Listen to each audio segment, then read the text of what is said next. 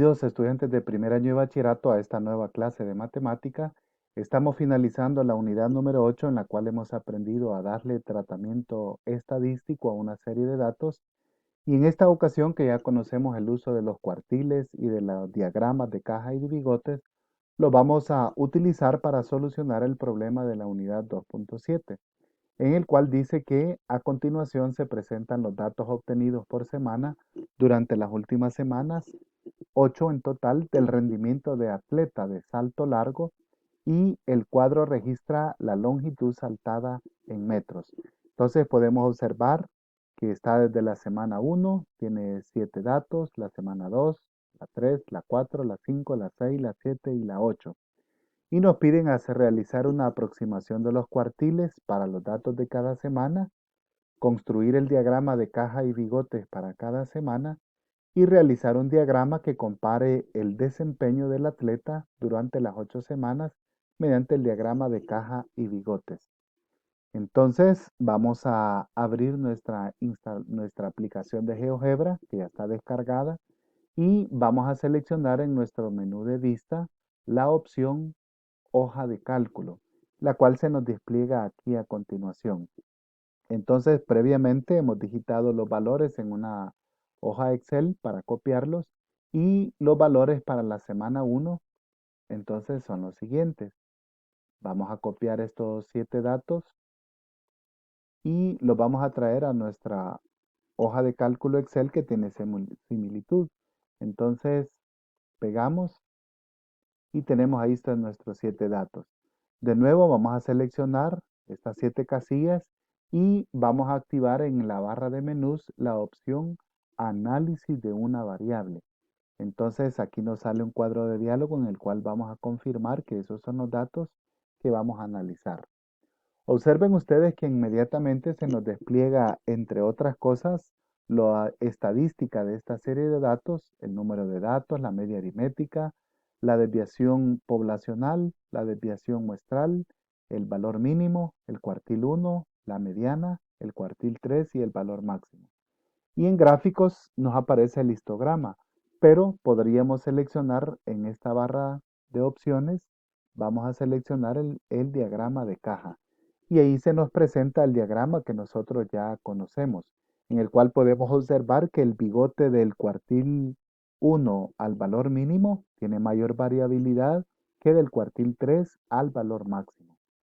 Entonces, ahora queremos analizar las otras series de datos. Para esto, entonces, vamos a copiar una a una las semanas y vamos a copiar estas series de datos y los vamos a pegar en nuestras columnas, que serían 2, 3, 4, 5, 6 y 7. Las 7 semanas restantes y vamos a pegar estos datos que entonces nosotros ya tenemos. Ahora ya tenemos nuestras respectivas otras 8 semanas, la semana 1, la 2, la 3, la 4, la 5, la 6, la 7 y la 8. Y vamos a seleccionar todos los datos. GeoGebra nos va a reconocer cada columna como una serie de datos. Y entonces vamos a seleccionar la opción, la tercera que dice análisis multivariable. Y aquí nos está pidiendo confirmar que son los datos que vamos a analizar y aquí nos ha aparecido el análisis. En el diagrama observemos que nos aparece un diagrama de caja para cada una de las respectivas semanas y en la parte de abajo nos aparecen los valores que nosotros estamos solicitando.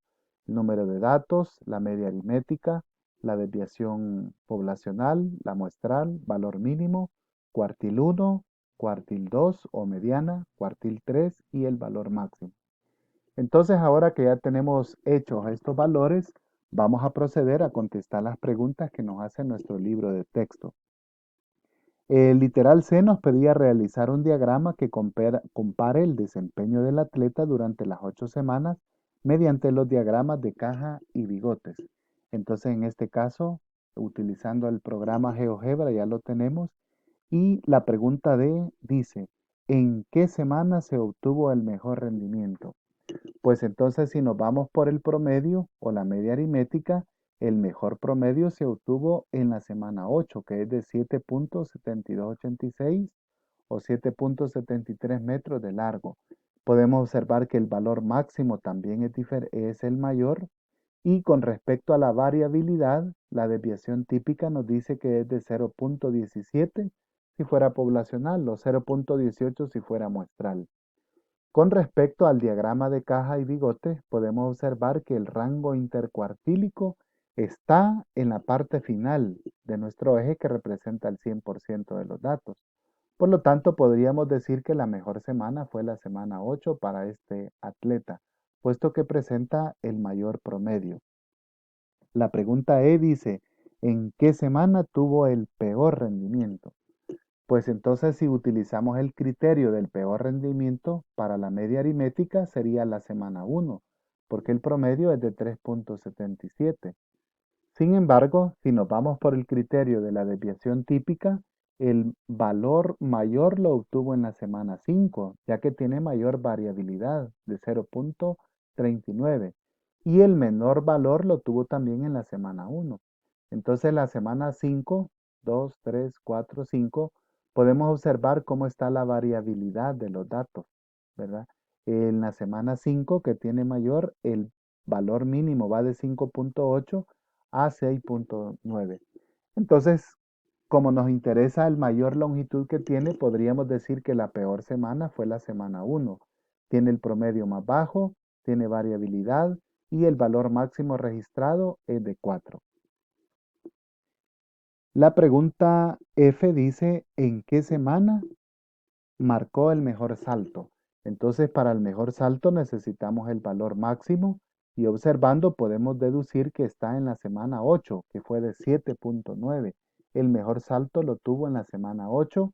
El diagrama lo muestra. El valor máximo coincide con el cuartil 3 en el diagrama de caja y bigotes.